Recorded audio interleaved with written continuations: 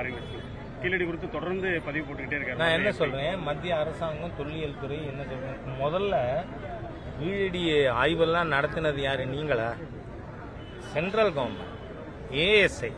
அதனால அதுல இப்போ மத்திய அரசாங்கம் என்ன சொல்லியிருக்கு, அதன் கண்டுபிடிப்புகள் எப்பவுமே நீங்க ஆவணப்படுத்தாமல் ஒரு அரசாங்கம் வெளியிட முடியும். அதுக்கான நேரம் தான். அதுக்கு இந்த வெங்கடேசனுக்கு என்ன வெங்கடேசன், சூனா வெங்கடேசன், சூனா வெங்கடேசன் ஏன் இவ்வளவு அவசரம் அப்படின்னு எனக்கு தெரியல. அவர் அமர்நாத் ராமகிருஷ்ணாவோட அறிக்கை, அவருக்கு சொந்தக்காரர், தன்னோட சொந்தக்காரர் இங்க இருந்து டிரான்ஸ்பர் ஆகக்கூடாதுங்கிறதுக்காக தலையிட்டவர். I charge him. Is he not your relative? Let Venkatesan come out. என்ன நக்கலா போச்சுன்னு கேட்கிறேன் நான். தொடர்ந்து 3வது முறை ஆட்சிக்கு வந்த ஒரு பிரதமரை இந்தியாவிலேயே கம்யூனிஸ்ட் இருக்கிறது 6 சீட்டு தான்.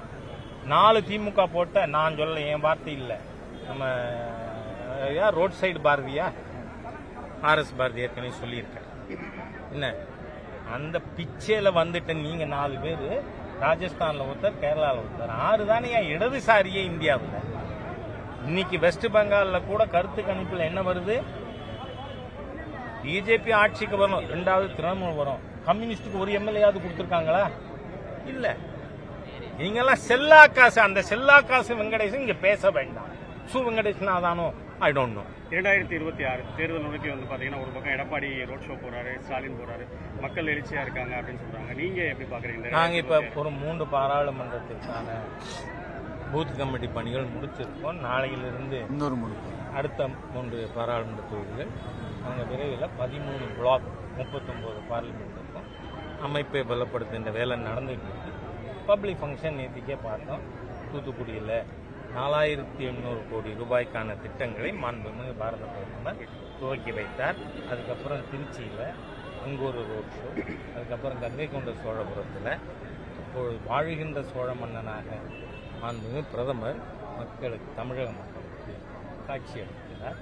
அதனால மிகப்பெரிய அளவில் இது பாரதிய ஜனதா கட்சிக்கு, தேசிய ஜனநாயக கூட்டணி வெற்றி திட்டம். இறுதியாக அரசியலை கடந்து சினிமாவிலே நீங்க வரப்போறீங்கன்னு ஒரு சமூக பார்த்தோம். இசைக்கருவிகள்லாம் இசைச்ச மாதிரி பார்த்தோம். அதை பத்தி கொஞ்சம் இல்லை, அது வெளில வரட்டும். நன்றி. நல்லது. இந்த வாஞ்சிநாதன்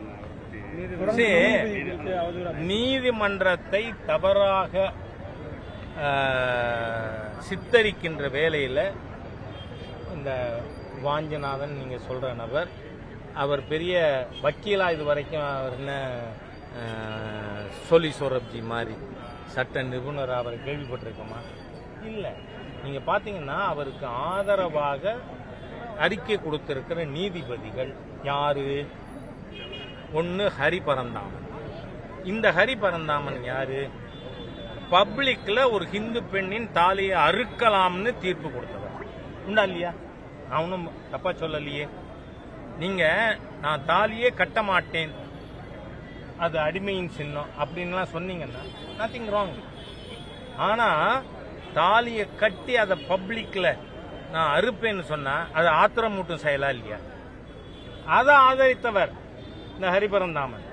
அதே மாதிரியா சந்துரு அவர்கள், நான் ஏற்கனவே அவர் கொடுத்த அந்த பள்ளிக்கூடத்தில் சில சீர்திருத்தங்கள்னு சொல்லி சீர்கேடுகளை பரிந்துரை பண்ணியிருக்காரு. அதில் பொட்டு வைக்கிறது, கையில் கயிறு கட்டுறது. இப்போ நான் இந்த கயிறு கட்டியிருக்கேன். நான் என்ன ஜாதி? கயிறு பள்ளிக்கூட மாணவர்கள் கயிறு கட்டினா இது என்ன இழிந்த எண்ணம்ங்கிறேன். நான் அந்த எண்ணத்தை சொல்றேன். என்ன அந்த எண்ணம் இழிந்த எண்ணமா இல்லையா? அதனால அந்த மாதிரியா தீர்ப்பு கொடுத்த முன்னாள் எல்லாம் எக்ஸ் தானே, அந்த எக்ஸ் எல்லாம் சேர்ந்து இந்த தேங்காய்மூடி வழக்கறிஞருக்கு ஆதரவாக கொடுத்துருக்காங்க.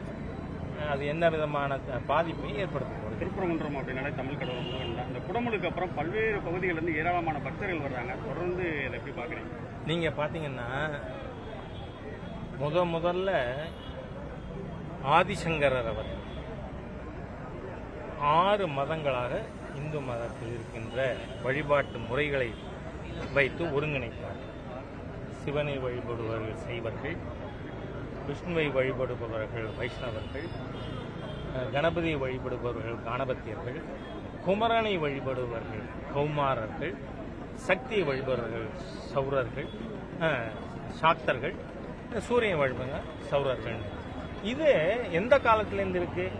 நீங்க கவி காளிதாஸ் எழுதிய காவியங்களிலேயே மிகப்பெரிய காவியம் என்ன தெரியுமா? தமிழ்நாட்டில் ஒரு திரிபு அரசியல் 1838 ராபர்ட் கார்டுவெல் என்கின்ற மதம் மாற்றும் ஒரு நபர் அயர்லாந்திலிருந்து இங்க வந்த பிறகு பொய்கள் பரப்பப்படுகிறது.